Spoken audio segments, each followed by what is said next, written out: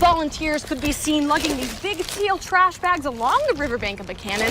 They say that's where they tend to see the most litter. People toss it over the hillside or over the bridge, thinking out of sight, out of mind. But the volunteers here today were trying to remind them that is not the case. AAA has a simple trick for checking to see if your tires might need replacing. You take a quarter and you insert it into one of the grooves in your tire, and if you can see the top of George Washington's head, your tires probably need replaced.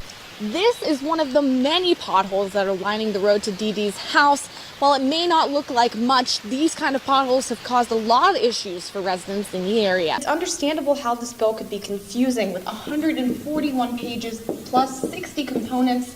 It's leading to a lot of confusion. Well, Cynthia, the snowfall today has certainly led to some more dangerous road conditions that people are going to want to keep an eye on. While many of the schools' doors are locked for the summer, teachers are still working. Now in our state capital as they continue to fight against education reform that they see as unfit. It's time for another Pet Helpers, and I'm here with Rhonda and Comet. So what can you tell us about this little guy? I will be speaking with some WVU students, asking them what they think, whether or not this bill should go forward, and how it might affect them here on their campus. Well, Cynthia, the madness is continuing here with Black Friday still going strong. Well, Cynthia and Austin, what we do know is that a staff member from the Lutheran Campus Chapel, which is right here behind me, was the one to discover the body early this morning.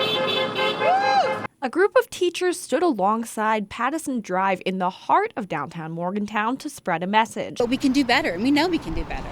We're screaming for the funds. Teachers and school employees fear that during the upcoming special session on education reform, legislators will try to revive Senate Bill 451, an education reform bill that led teachers to strike earlier this year. Yes.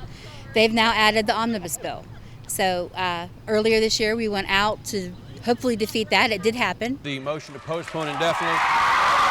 House will be in order. The House will be in order. The galleries will be cleared. But now they're bringing it back with special session. One of the many issues teachers have with the bill is the funding of charter schools. And they'll attempt to pass charters. No research supports the success. And ultimately, you know, we're here for public schools. We're here for all of our kids. Carrie Beatty, a teacher at University High School, also says that charter schools, which would be funded by tax dollars, aren't accessible to a lot of students. And we don't want just a fraction of the student population to succeed. Teachers like Beatty are fighting for funding to instead go into things such as wraparound services. Those are the supportive services that you don't necessarily immediately associate with school. So those would be our school psychologists. Those would be the social workers. These services would help teachers who have students that are facing issues such as hunger and drug addiction in their homes. We're getting the first tip of the wave with the opioid crisis. And this is the first wave of students. You know, in 10 years, it's going to be exponentially worse if we don't get the funds and we don't get the wraparound services. While there's no definite date set yet for the special session, Beatty says she plans on being in Charleston. The idea is to pack it. They need to understand that we're still woke, we're still paying attention, and we're still fighting for our kids. Reporting for 5 News, I'm Casey Hoolahan, keeping you connected in Mon County.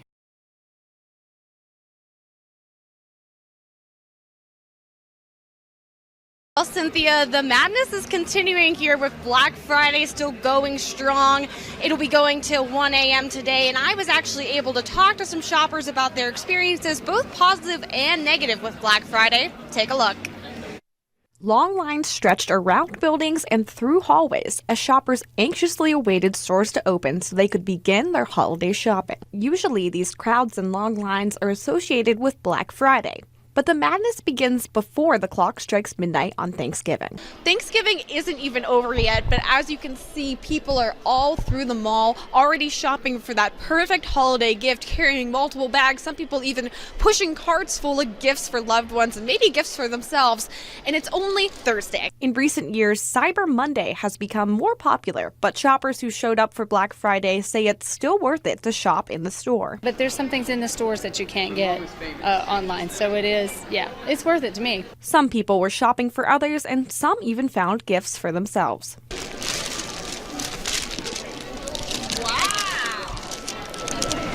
That's for 15. That is too cool. And is that for you? Merry Christmas to you? Yes. But not everyone agrees with Black Friday beginning on Thursday. I think Black Friday shopping probably should be done on Friday because you got a bunch of people fixing to go in here and push and shove to get stuff that on a day that they're supposed to be thankful for what they have. But when they spend it with family, some say it's worth it. It's kind of like a family outing then. Yeah, it is. Does that make it worth it? Yeah.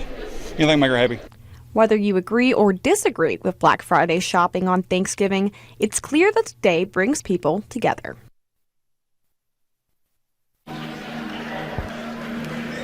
So as you can see, people have a couple different opinions on Black Friday, but there are definitely a lot of people showing up, and that will continue, like I said, until 1 a.m. here at Meadowbrook Mall. Reporting for 5 News, I'm Casey Hoolahan, keeping you connected in Harrison County.